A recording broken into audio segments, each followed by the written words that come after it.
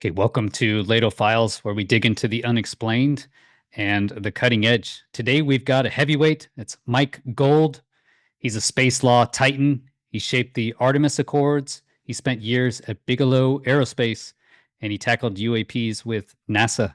He testified before Congress in November 2024 on unidentified anomalous phenomena. He brings decades of insider experience to the table, from Apollo UFOs to consciousness experiments. So we'll dive deep on this episode.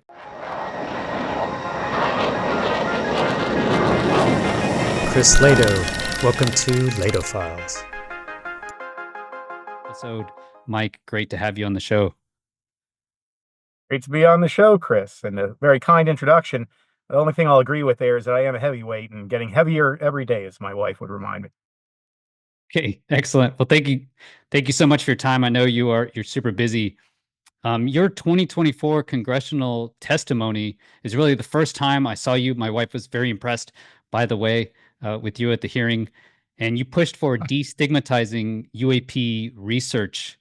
What do you think is the one move NASA or the DoD could make tomorrow to get real answers on this topic, and why haven't they done it yet? Yeah, I think that NASA, even by just establishing the UAP independent study team, did a lot of good. That NASA's name and reputation just stands for credibility, for optimism, for hope. And I think the fact that NASA hadn't engaged in a serious way on the topic didn't benefit the topic, didn't benefit NASA. I mean, part of NASA's purpose is to search for life out there in space, new life forms, new civilizations, as we say in Star Trek. And that's why I was so thrilled when Senator Nelson, who was then the NASA administrator, formed the UAP independent study team. Because again, NASA just getting into the area, it sends a message to academia, to scientists, to engineers that this is a topic worth looking at. So I give a lot of credit to NASA leadership. I think that demonstrated real courage. However, when we formed the team, there were a number of academics, of course, that were on the team. And these were people, by the way, who had really never touched, at least most of them, the UAP issue. They were traditional professors from academia. And I've been interested in the UAP, formerly UFO topic, my entire life, so I'm no stranger to the stigma. But I thought we'd made some progress, yet those academics, as I mentioned in my testimony, faced just outright threats to their career. Not for saying that UAP is real, but simply for having the temerity to even participate in a review of this topic. And Wow. to me, whether you believe in UAP, you think it's aliens, you think it's drones, you think it's weather, you can't do science in an environment like that. That if the stigma is so pernicious that just looking at the topic draws vitriol from your colleagues, that is a very, very difficult environment to apply the scientific method and get to the truth. And I think that kind of closed minded knee jerk reaction is anti science. So I know this isn't the sexiest thing out there relative to certainly a lot of the interesting insider allegations that have occurred. It's really extraordinary what we're hearing from people like David Grush and Jake Barber, Lou Elizondo. I think more than anyone, this topic has moved forward because of Lou. He is simply an American hero. But if we're going to deal with this in a holistic fashion, we have to find a way to reduce the stigma, particularly if we're going to engage the academic community. And that was one of the lessons I think we learned rather harshly in the NASA UAP independent study team. And by the way, the team was awarded a NASA Silver Group Achievement Award. And part of the reason that that award was given and was certainly earned is that the participants, and particularly these academics, again, showed real courage, agreeing to move forward with the team despite outright threats to their career for participating. Now, what do I think NASA can do to move the ball forward even further? And forgive me, I'll go on forever on this, but I'll tell you a few ideas and Definitely. take and certainly ask questions.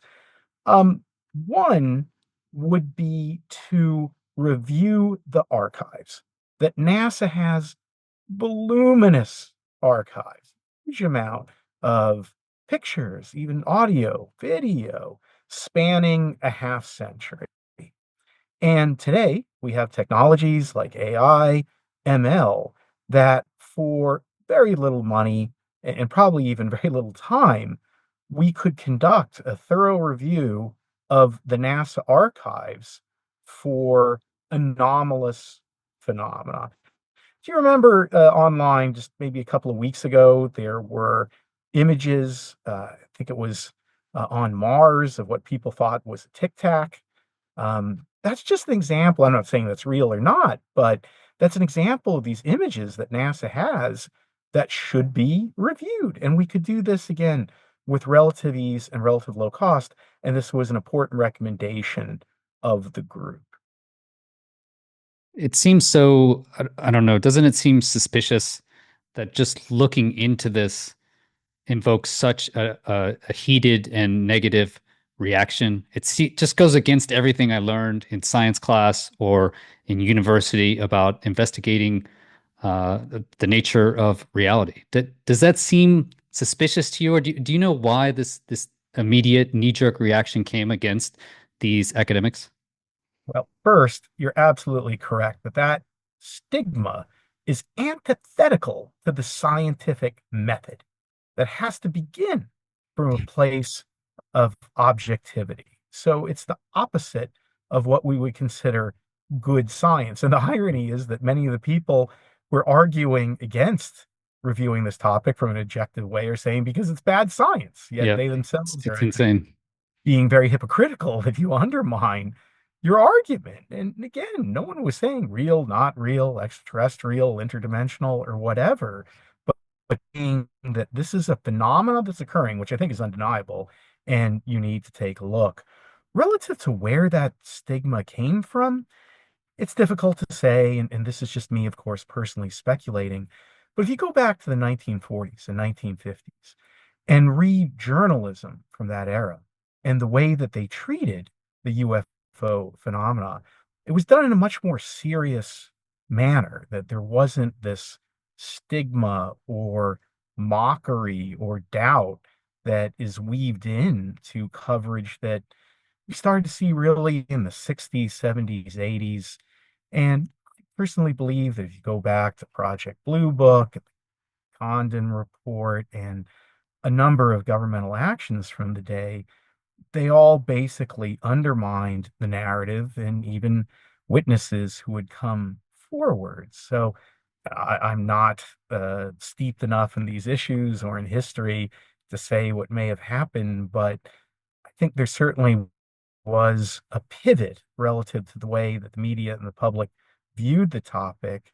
I think probably due to a number of the government reports and think tank reports that came out, around 50s, 60s, 70s, and we're still suffering with that stigma today. And that's why, again, I am so grateful for those who are brave enough to push back against that stigma. Bill Nelson previously in Congress, Representative Tim Burchett, Representative Luna, who is going after transparency, accountability throughout the government. We saw the release of the JFK files. Uh, then Senator, now Secretary of State Rubio. These are all heroes of transparency and of democracy and accountability who, despite that stigma, are pushing back against it so we can perform real science and address any potential national security issues that may be coming to the fore, which I think is extraordinarily important, particularly in this age of drones. Living overseas, I will say that NASA is sexy overseas. I live in Europe, and you'll see, kids wearing NASA t-shirts. You see NASA hats. So it seems like it did make a dent. Maybe not in obviously the UFO community, the hearings, but I think overseas, just representing NASA, it seemed to have made a slight dent. Have you noticed anything at all changing or moving the needle at all in the U.S.?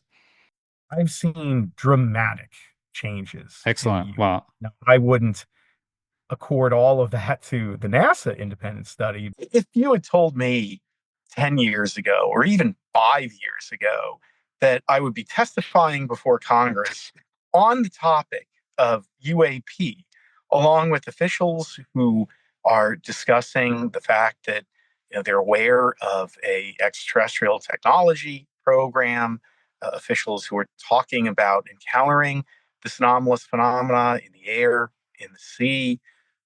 I wouldn't have believed it. So the fact that these congressional hearings are taking place, the seriousness that is being given on Capitol Hill, and again, huge tribute to the members who are pushing that forward and the people I consider American heroes, again, Lou Elizondo, Admiral Gallaudet, Jay Stratton, people like that that are coming forward. I am shocked, candidly.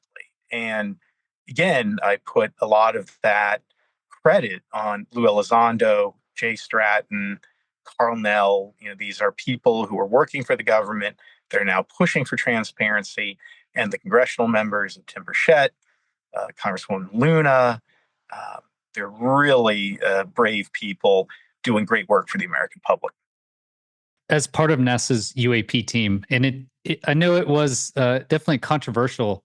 They said there's no evidence at all of non-human intelligence, et cetera. I also interviewed James Fox, and he was very disappointed in Bill Nelson's response to Grush at the NASA press conference. Did you ever get a sense that they were holding back data, or maybe there was stuff too weird or classified to share? I guess what's your take or insider take being on the actual NASA UAP program? Well, I think it's important that we put the NASA UAP program into its proper context, that the purpose of the group wasn't to evaluate information or say whether the phenomena is real or not. It was to look at the issue and from a threshold level say that this is something worth looking into. And once coming to that conclusion, how could NASA contribute to unraveling the mystery of UAP? So I know that there were many who were hoping that NASA would do such a review and then come to positive conclusions, myself included. I think that would be wonderful to do. But the work that we did was preparatory in the sense that the group was discussing how NASA could and should engage. And I think we came up with some very strong, productive, and constructive recommendations that would be helpful to the topic of UAP and really investigating anomalies in general, because science and scientific progress comes from studying anomalies, that it's anomalous phenomena that leads to new discoveries, that leads to these quantum leaps in knowledge, which is why, regardless of what this phenomena is, I think there will be tremendous benefits, even if we discover, say, more near Earth objects or new weather phenomena or space phenomena, astronomy. We're going to make discoveries that will be worth the search. And again, what the NASA team came up with was one, a review of the archives. And that, I believe, again, is very simple, is something that should be done. And while perhaps we're not going to discover a smoking gun, I think there's probably a lot of imagery, of videos that would be really interesting to look at and would, if nothing else, move the ball forward relative to the conversation and give scientists something to review, to look at, to study. Additionally, as part of the NASA independent study team, I was concerned with the lack of understanding that I saw from the FAA and from civilian pilots that we spoke to relative to how to report about UAP. Now, the great challenge with the stigma is that people don't want to report in the first place.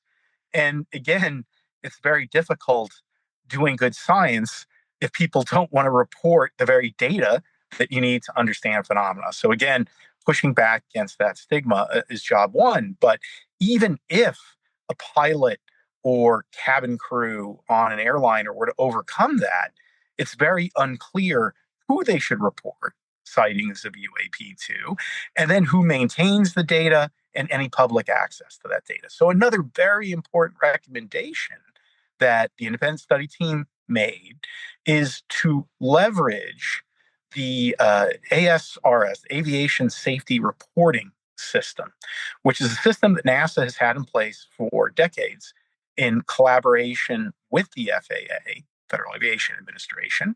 I know from your background, you're very familiar with the FAA, and as a pilot, hopefully some of this resonate with you, that the ASRS system is a confidential system. Yeah. Where pilots, crew can report safety anomalies. And there have been hundreds of thousands of reports.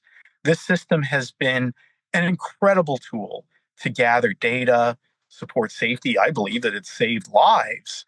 And what we, again, for very little money, for relatively little effort, could do is integrate UAP reporting into the ASRS system. So you would also utilize it for anomalous phenomena, which is appropriate since UAP is also a potential safety threat to aviation.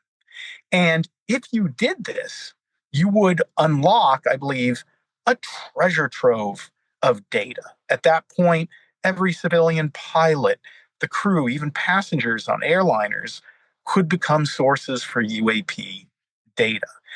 And this is just something that I think is so important. It's why I'm on your podcast right now, that I really want to see these common sense, simple, low cost recommendations from the UAP independent study team implemented. Because I believe the value that we can get out of them, not just for UAP, but potentially for science in general, is well worth it. So, one, a review and a study of the archives. And by the way, that should all be put up publicly on public websites for the public to see, something that NASA is good at, should be doing. And then with ASRS reporting, when those reports come in, again, NASA should collate it and put it up on a website for the public to see so that academics can access that information, journalists can access that information and leverage it to make progress on the topic of UAP. Yeah, the ASRS, as I understand, it's been around for decades, and people can pilots and I guess anyone, like you said, there can make a report, and it's held confidential, and your name will not be released, etc. So, is NASA not implementing these changes? Do you know what's stopping it from happening? I haven't seen the changes implemented. I think what's preventing NASA from moving forward with this and a lot of programs right now is simply the transition period that the agency is in. That NASA doesn't have an administrator yet. One has been nominated, though, Jared Isaacman, who himself is an astronaut. He sponsored his own private missions. You may be familiar with his activities and friendship with Elon Musk. He's actually, from everything I've seen, a smart, dedicated, enthusiastic individual. I'm very excited about him coming in as NASA administrator. I think he's going to do wonderful things for the agency and for the country. But I do hope that Jared Isaacman and other people at the agency do pay attention to this issue, and that when he does come in, that he, along with others in the administration, such as Senator, now Secretary of State Rubio, Mike Waltz, Tulsi Gabbard, during her confirmation hearing, explicitly mentioned UAP. You asked about changes and how far we've come. It's amazing to me that the people like Tulsi Gabbard, Mike Waltz, are actually mentioning this publicly, explicitly, as part of the confirmation hearing process. I think that's wonderful. And while, again, Lou Elizondo and others are doing great work relative to UAP in the national security context, part of the reason I'm coming on shows like yours is I don't want the civil and commercial space aviation to be forgotten about, that there's a lot that an agency like NASA, like the FAA, has to offer. And that's why I'm talking now, in the hopes that when the new administration does come into the building at NASA, that they'll pay attention to these issues and implement the common sense recommendations of the independent study team. Well, I hope so as well. Is there something the audience can do? How can we support this effort? Absolutely. Call your member of Congress, call your senator. And confirmation hearings are probably going to take place soon for the NASA administrator. There's also a NASA Transition Act bill that's moving forward. So please call your representatives and say that you would like NASA to implement the recommendations of the UAP independent study team. Take you a moment to make a phone call, but that kind of grassroots effort makes a real difference. So ultimately, when we talk about the stigma, we're the ones responsible. We have to look in a mirror when it comes to that. And I think it's incumbent upon all of us to change the paradigm, to support the truth. And by just making a quick call to your senator, to your congressman, or an email, it would be so helpful and very timely right now. And I appreciate that question, Chris, and hope that you and your audience go ahead, make those phone calls so we can implement, again, low cost, modest amount of effort, but a tremendous amount of results from just these two simple recommendations going through the archive and of integrating UAP into the ASRS system. Okay, amazing. Yeah, I will certainly call, and I'll promote it as much I can on X and my other platforms as well. I think this has worked in the past. We've definitely had grassroots. They listen. The Congress people. If we can get enough people just to call in, take 5 minutes, I think it can make a huge deal. So those two recommendations, right? Look at the archives, and then put ASRS basically public and promote it. Yes, yes. And the important part is to keep all of it public. Like, let's get the results out there that we have AARO, which is the Department of Defense entity that you may be familiar with, that Yep. is responsible for UAP within DoD. I would like NASA to do what NASA does best, which is to provide open and transparent information, to be the kind of public mirror to AARO where any information that they gather is shared with the academic community, is shared with journalists, is shared with podcasters like yourself, so that we can continue to make progress relative to applying science to this issue. Because in the end, it's science and the scientific method that will unravel the mystery of UAP. Yeah, you said it best that what has really propelled science has been analysis of the anomalies, is those things that are outside of the box. I was always amazed at SETI, where they're looking for these narrow band radio frequencies from deep space to try and prove life. And then we have, hundreds and thousands, maybe, hundreds of thousands of experiencer accounts that say, hey, look, there's actually non-human intelligence right here. You can interact with it, and it seems like they won't even look over there. Won't even consider other means that they could possibly be here on this planet. Yeah, it's interesting to me that the closer you get to Earth, the less people want to look for Yeah. extraterrestrial life. It seems like, and again, I'm a recovering attorney, not a scientist, so don't take my word on anything scientific. But I do think that there is a great deal of evidence relative to a phenomena occurring that bears review. I get very upset when people say that, well, there's no evidence, there's nothing to look at relative to UAP. Someone I've left out in my compliments for the heroes that are pushing this forward is a fellow pilot like you, Ryan Graves. Ryan, who's running Americans for Aerospace Safety, has been doing a wonderful job pushing this issue forward. He's been very proactive on that ASRS issue himself. But if you go to the pilot's experience and how they're encountering these tic tacs or other form of potential craft, and we're talking visual sightings, radar hits, and multiple sightings on radar, videos by multiple aircraft with the best of the best.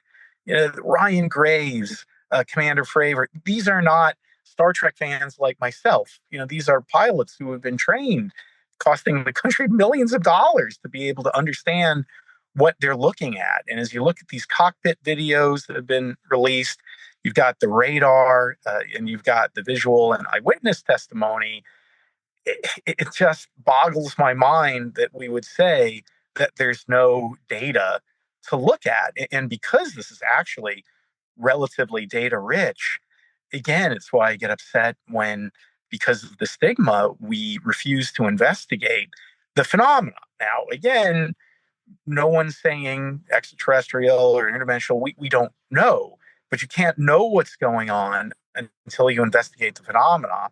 And to be honest, maybe even scarier than a extraterrestrial explanation is that these are adversarial drones that are going over our military facilities and military preparatory activities with impunity. And I worry too that while I think there is probably something extraordinary going on with many sightings, that many sightings of UAP are adversary drones, and that the UAP stigma could be used and probably is being used by our adversaries as a loophole to monitor military activities and military installations. Again, this is why we need to take the issue seriously, particularly with the age of drones, and get to the truth. Okay, very interesting. Yeah, my Lehto files audience, what do they really want to know is, are we closer to a UAP smoking gun than we were 5 years ago? Or do you think it will still just continue to be this slow drip of information? I think we are substantially closer to a smoking gun or a breakthrough of some sort than we were even a year ago. Wow. Again, the fact that I wasn't just at a hearing, I was testifying at the second hearing in a period of months in Congress on the topic of UAP.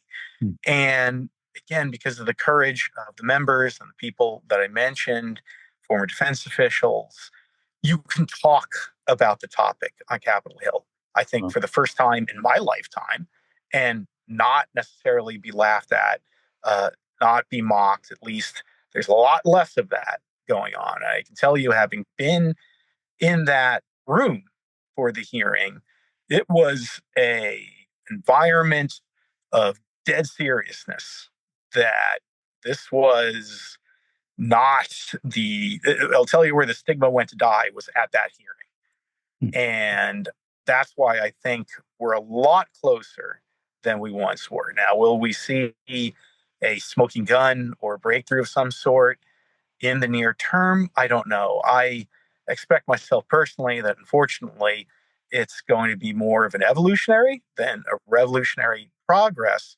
But every bit of data, every brick we can build to create a stairway to the truth, it's going to be invaluable. And that's why with NASA, I just think that there are information, data, imagery, and reports that we could access that, while not delivering necessarily a smoking gun, would help us get a lot closer. And I hope that the agency, which I love, NASA, my grandfather worked on the Apollo program, my mother's a NASA contractor.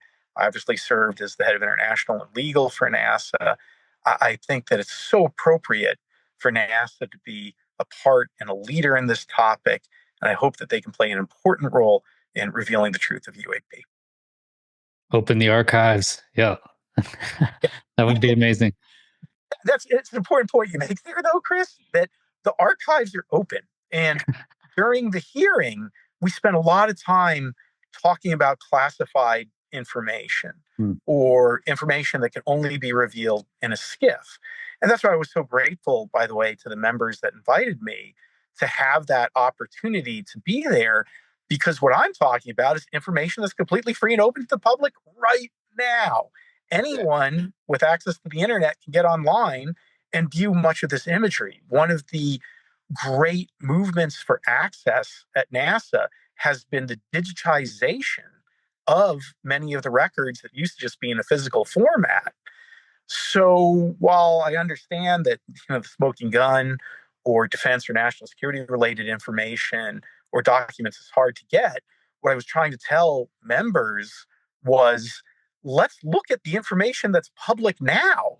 That this information, which is available publicly now, probably has a lot, or at least some, that would be very interesting to the topic or other scientific areas or issues. So maybe let's at least include in part of the conversation leveraging publicly available information. Okay, definitely. And so I'll put those links in the description to this video. So we'll have a link, right? So people can go and look for themselves. And if you see something interesting in there, then send it to me and I'll post it. Yeah, absolutely. I have had friends and colleagues who, while working in the NASA archives, and this is the reason I'm so passionate about this in part, that have come across images that were interesting. Now, they weren't looking for UAP, and some of what they saw might have been space debris, might not have. But this is where just casually we're coming across interesting imagery. A coordinated, organized review, I believe, would result in substantive data. So I certainly do encourage everyone to get online. One of the other areas that NASA was going to work on was crowdsourcing some of this and doing crowdsourcing to help tackle the UAP issue. So there's a lot that the agency can do. And the independent study team had some modest, common sense recommendations. Let's at least begin by implementing those, and then we can move forward to look at other activities that NASA and other civilian agencies can engage in. Okay, so let's move on. There's a really interesting part of your history is that you worked for Aerospace for over 10 years. And so I guess Bigelow's OSAP contract with the DIA really dug into some really bizarre, interesting things. Two books written about it. You have Skinwalker Ranch, Exotic Materials. Were you ever looped in to these discussions, even unofficially, or was that completely siloed off? It was unfortunately siloed off. So I did Mm. work for Bigelow Aerospace. And while not associated with UAP, I do have to say we did some amazing things that we really were the first to seriously develop inflatable space habitat technology. And these are systems that are, if you can think of it as a tent like technology, where a space habitat is compacted like a tent, reaches orbit, and then expands out. So you get a lot more volume. And because you're using essentially a Kevlar like weave, it's actually better protection than you would get from a traditional aluminum or metallic structure. It's almost like enveloping astronauts in a bulletproof vest and better against radiation. NASA initially developed the technology to go to Mars because the solution to deal with the radiation. And at Bigelow Aerospace, we had contracted with a company called ISC Kosmotros, a joint Russian Ukrainian entity that was taking the SS-18, designated Satan by NATO. These were Russian nuclear ICBMs, and we were removing the warhead, putting on a commercial fairing, and then using these rockets for commercial space launch. Literally a swords into plowshares system. And as a child of the Cold War, it gives me great hope that here were these weapons of war that I lived in terror of when I was a child. And now, as an adult, we were taking these weapons and turning them into tools for peaceful commerce and exploration. And of course, the price was right because the missiles had already been built. So it was a wonderful collaboration. I know obviously it's tragic what's occurring right now in Russia and Ukraine, but it was activities like that that gave me great hope. We launched two inflatable habitat prototypes into space, both of which worked well, and that led to the Bigelow Expandable Activity Module, which is a prototype system that is attached to the International Space Station. Astronauts go in and out of, and is part of the ISS to this day. So, unfortunately, with UAP, I wasn't exposed to that mostly because these were classified programs and I did not hold a classified clearance at that time. So obviously I couldn't be exposed to information. There was some crossover relative to colleagues and I would hear a thing or two, but because of the classified nature of the activity, I really wasn't exposed. I only know what you and your audience does from reading what we have in the media. And from what I read in the media, though, I do have to say that I think OSAP did some amazing things. I mentioned the Tic Tac and the pilot testimony.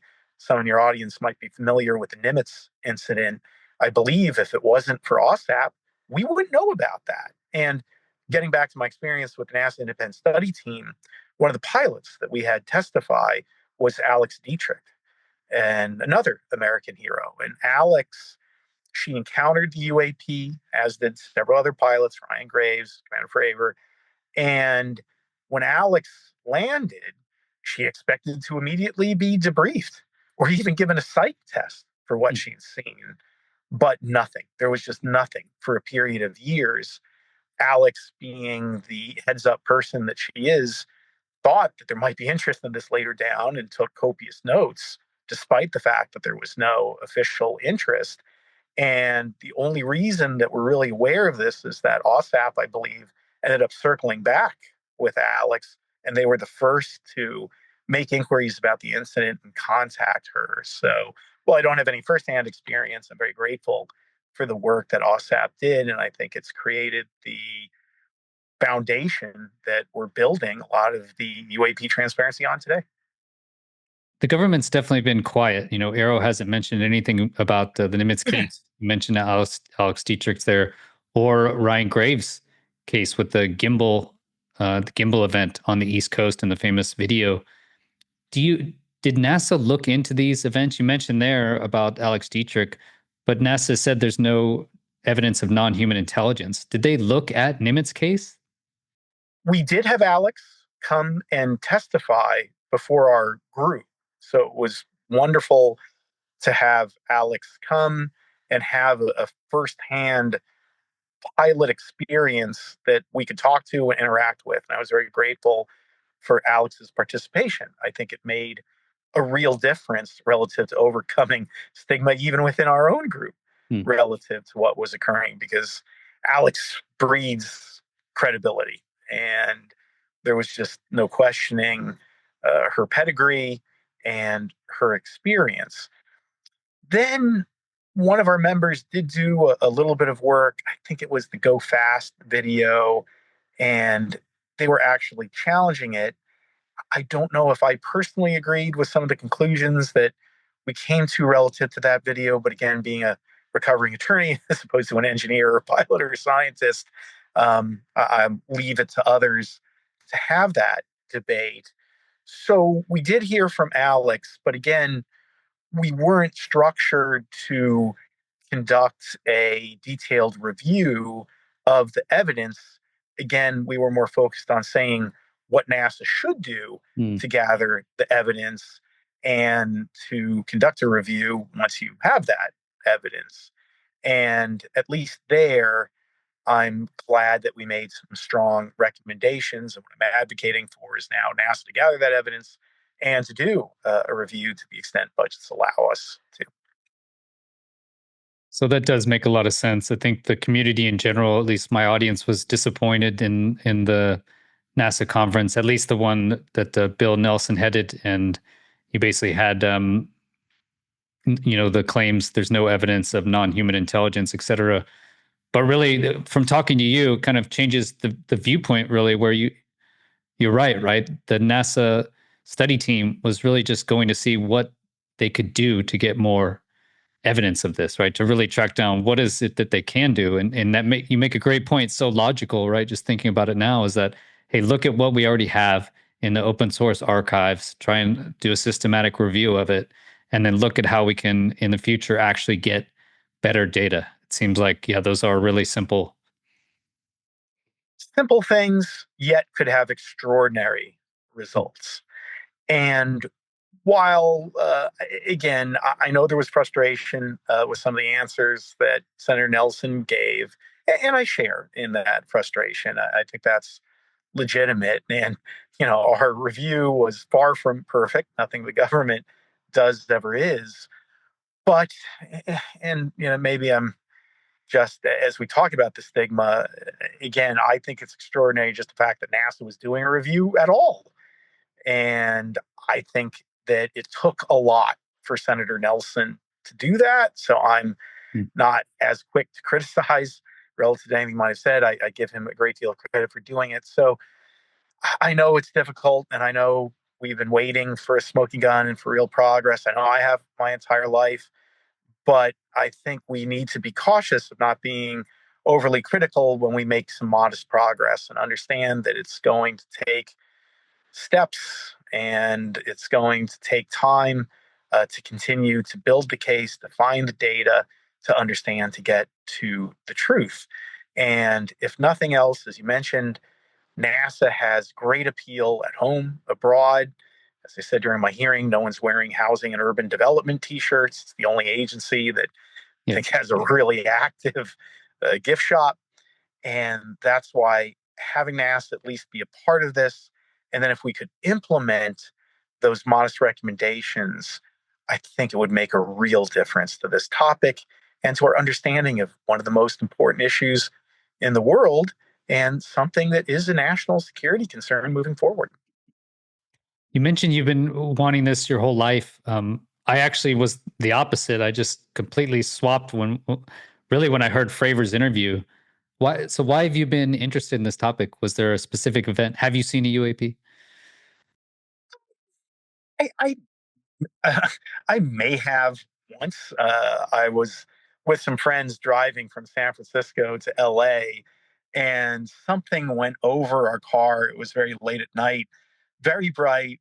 It was silent, and didn't know what it was. So, to the extent that that might have been a UAP or just United Airlines, it's hard to say. I've never seen anything that I would qualify as extraordinary. I would love to. And let's do that, review the archives. Maybe I can look at a picture someday. But I did grow up in Montana. I actually grew up on a Native American reservation, Poplar, Fort Peck Tribe in northeast Montana. We moved when I was 8. And I remember telling my parents, we can't leave the reservation. We have to stay here with our people. And that's when she broke it to me. I was Jewish, not Sioux. So I haven't recovered from that since. But growing up in Montana, and particularly on the reservation, you've got an amazing view of the stars. And there was a lot going on in Montana at the time relative to cattle mutilations, the incident Maelstrom Air Force Base. Yeah. So I certainly grew up around some interesting incidents that inspired my curiosity. And then I've just always been a space person from go. I actually don't remember a time in my life when I haven't been interested in Star Trek, science fiction, space. As I mentioned, my grandfather was a part of the Apollo program, very minor part. I was testing the systems that tested the radios, but a part of it. And my mother actually followed me into the space field, but we've had a long family tradition. So that's how I got into it. And that's another important area of UAP and why I think we haven't talked about nomenclature, which makes me very upset as an attorney that we haven't talked about nomenclature yet. But I really appreciate the transition from the term UFO to UAP because I think UFO was far too limiting. It inherently states that something is flying and is in the air, whereas UAP is much more broad because this is not just an aerial phenomena. This is something that we're seeing occur in space. We're seeing occur underwater, per the testimony of Admiral Tim Gallaudet, who's another American hero. And the term UAP, I think, more accurately captures this phenomena that is occurring in a variety of mediums and is even transmedium. And that's actually some of the more interesting effects.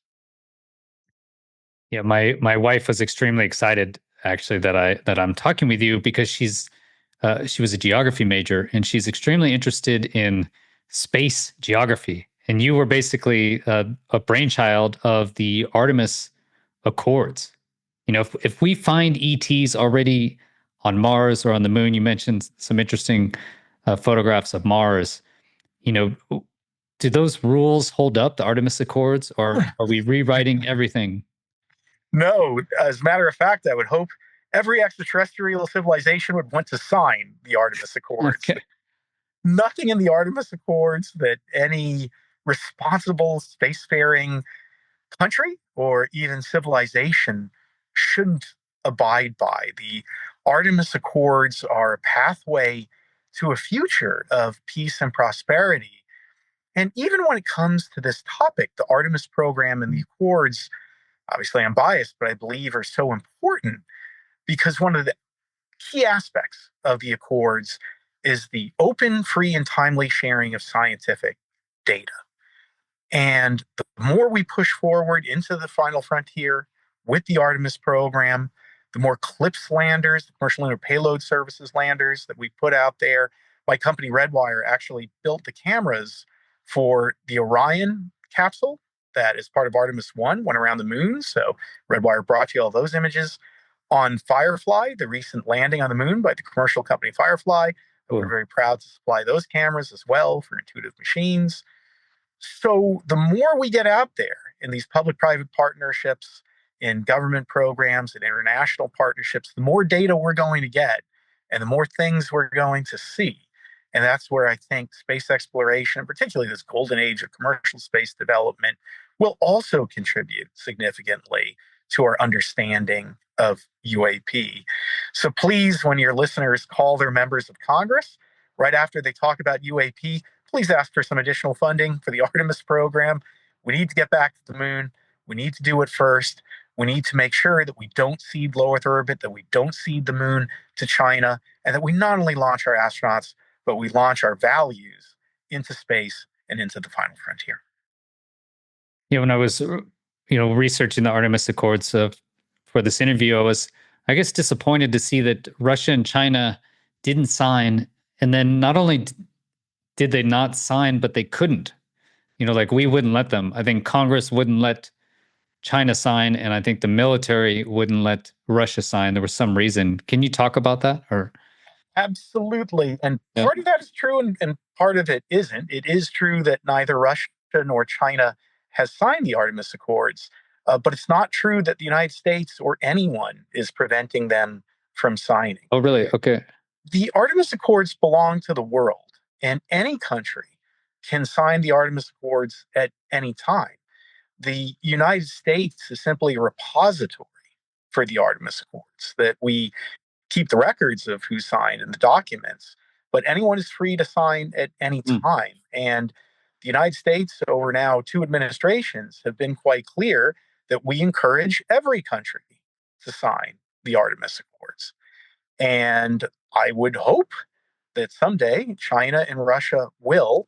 And if not signing the accords, they need to embrace the values of those accords. And even though China and Russia haven't signed, because of the number of countries that have, it creates momentum.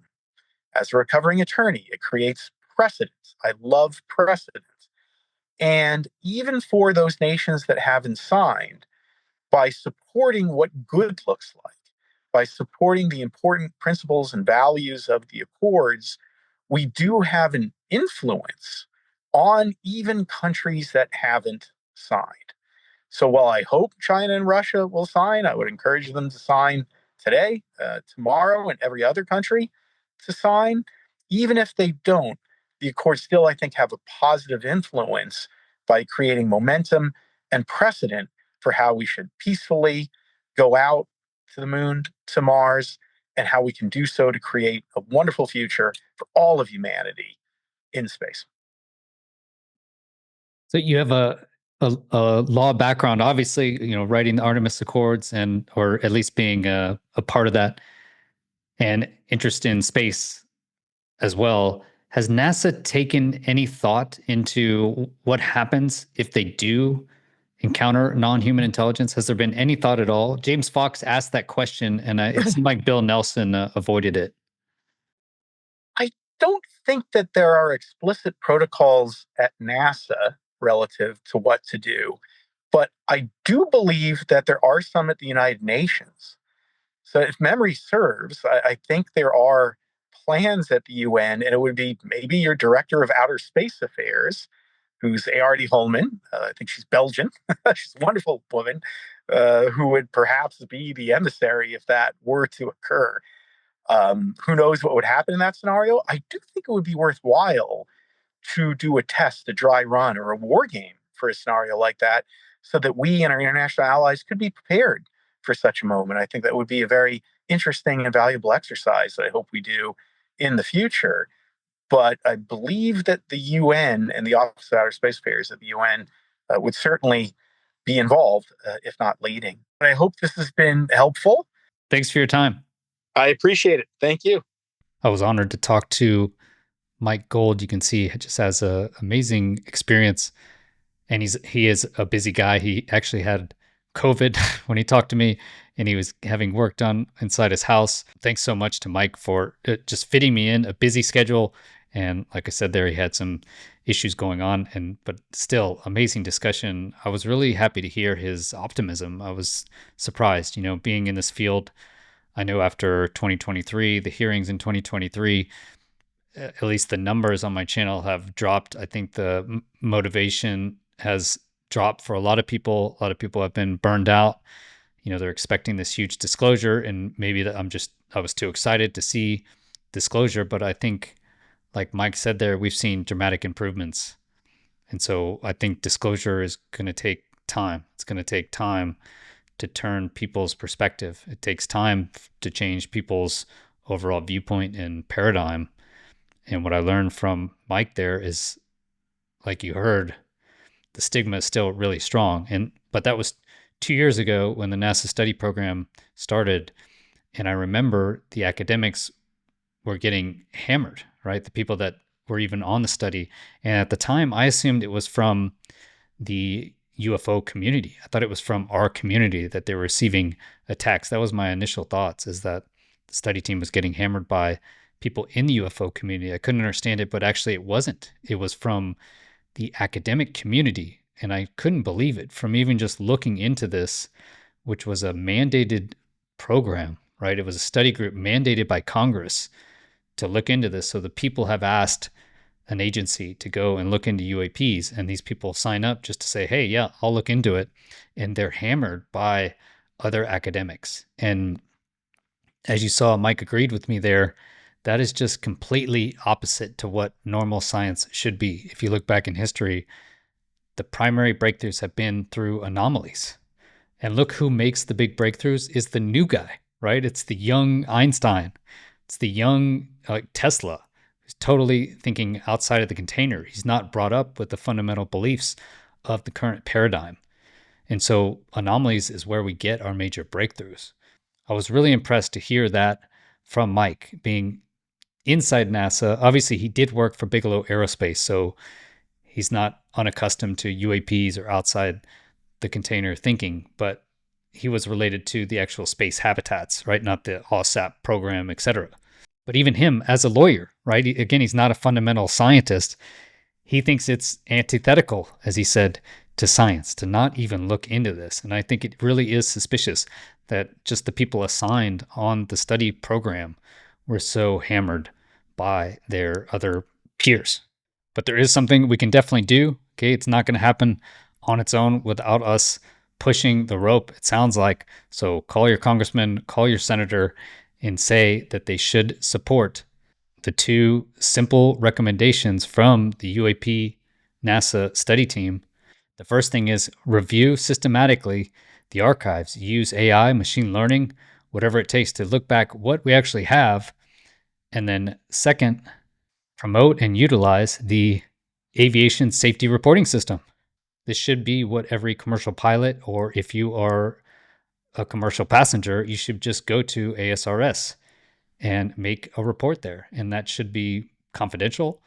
And now they can use that to actually get data in the future or the past, right? It's been going on for years, but our pilots actually using that system. So definitely something we can do there. And he thinks it will make a difference. I hope you enjoyed this discussion. Please share it and hit the like button. That really helps the channel and gets more word out about this. Send this to your skeptical friends. I think there's no one more credible really than Mike Gold. Please support the channel if you can. You can go to patreon.com/Chris Lehto. You can get additional merch at the higher tiers. You can also just buy the merch. That helps. And then you can sign up as a YouTube member. Continue the discussion on Lehto Files Discord and check out our sister channel, UAP Weekly News Show, UAP Society. Have a great rest of your day. Peace.